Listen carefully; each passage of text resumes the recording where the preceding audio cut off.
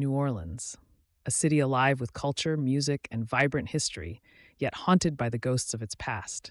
And perhaps no ghost looms larger in infamy than that of Madame Delphine LaLaurie, often remembered as the torture queen of Royal Street.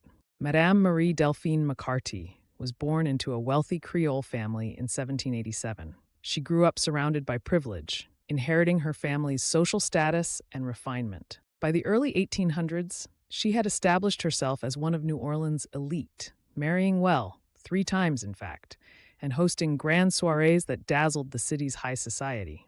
But behind her glittering facade, behind the lace and champagne, lay secrets darker than even the gloomiest Louisiana swamp. By 1831, Delphine was living in her elegant mansion on Royal Street with her third husband, Dr. Leonard Louis LaLaurie. To outsiders, the house was a beacon of wealth and sophistication, a showpiece of New Orleans style. But for the enslaved people forced to serve beneath its roof, it was a house of horrors. For years, whispers surrounded Madame LaLaurie. Neighbors spoke of her bizarre behavior, enslaved workers disappearing mysteriously, and troubling screams faintly heard in the dead of night. Still, the whispers remained just that, rumors. After all, Madame LaLaurie was a pillar of society, one whose wealth and charm shielded her from scrutiny.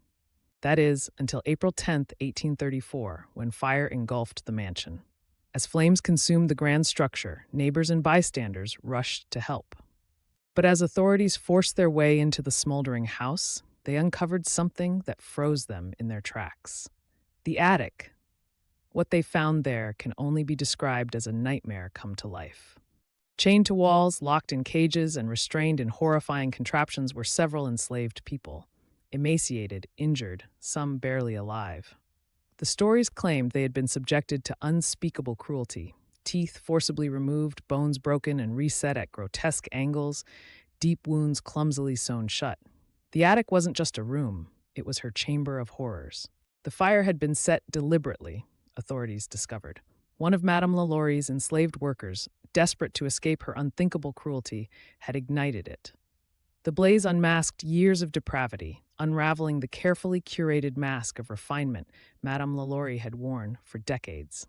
But Delphine LaLaurie never faced justice. She fled New Orleans amid public outrage, reportedly escaping to France. Her mansion, now a charred ruin, became a symbol of her wickedness, forever tying her name to the darkest chapter in the city's history. Today, the LaLaurie mansion still stands, restored but forever scarred.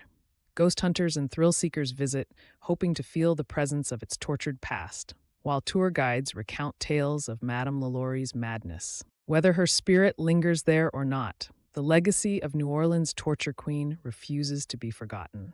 Madame LaLaurie's story serves as a grim reminder of the horrors humans are capable of hiding behind wealth and privilege. In New Orleans, where past and present intermingle in the humid air, her shadow looms dark and unyielding, a ghost that time cannot bury. Thank you for watching. If you enjoyed this video, please like and subscribe for more content like this.